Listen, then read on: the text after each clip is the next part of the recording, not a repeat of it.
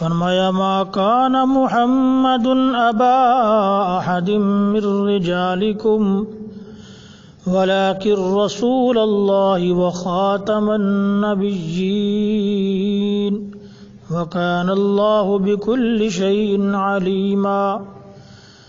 حضرت محمد صلی اللہ علیہ وسلم تم میں سے کسی کے باپ نہیں ہیں لیکن اللہ کے رسول ہیں اور آخری نبی ہیں۔ رب کائنات نے اس آیت کے اندر مسئلہ ختم نبوت بالکل واضح الفاظ میں بیان فرما دیا۔ فرمایا ما کان محمد ابا احد من رجالکم ولكن رسول اللہ وخاتم النبیین۔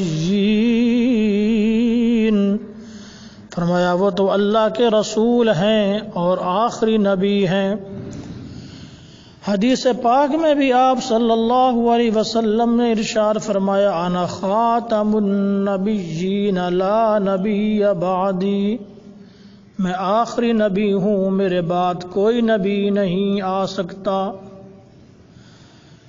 ایک اور روایت کے اندر محبوب آقا صلی اللہ علیہ وسلم ارشاد فرماتے ہیں کہ میرے بعد 30 جھوٹے مدعیان نبوت پیدا ہوں گے۔ فرمایا کہ وہ سب کے سب جھوٹے ہوں گے، دجال ہوں گے، کذاب ہوں گے، کیونکہ میرے بعد کوئی نبی نہیں آ سکتا۔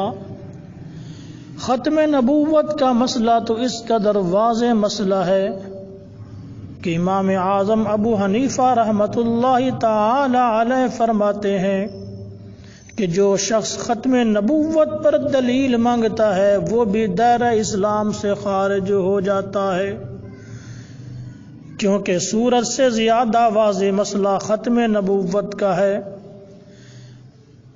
ہمارے علماء دیوبند نے مسئلہ ختم نبوت پر قربانیاں دی ہیں، جانیں لٹوائی ہیں، بچوں کو یتیم کروایا، بیویوں کو بیوہ کروایا، سارے مصائب و آلام برداشت کیے ہیں، جیلیں کاٹی ہیں، ہتھ کڑیاں پہنی ہیں، لیکن الحمدللہ ختم نبوت کے مسئلہ پر آنچ نہیں آنے دی۔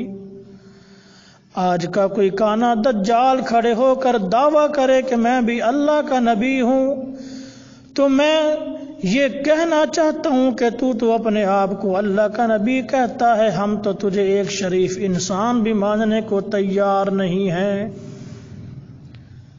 اس لیے میرے بھائیوں، ان قادیانیوں کے فتنہ سے اپنے آپ کو محفوظ رکھو، اپنے ایمان کو بچا لو، ایمان کو۔ یہ ختم نبوت پر ڈاکہ ڈالنے والے تیرے اور میرے ایمان پہ ڈاکہ ڈالنے والے ہیں۔ یہ کوئی مومن نہیں، مسلمان نہیں ہیں، اسلام کے ساتھ ان کا دور کا بھی تعلق نہیں ہے۔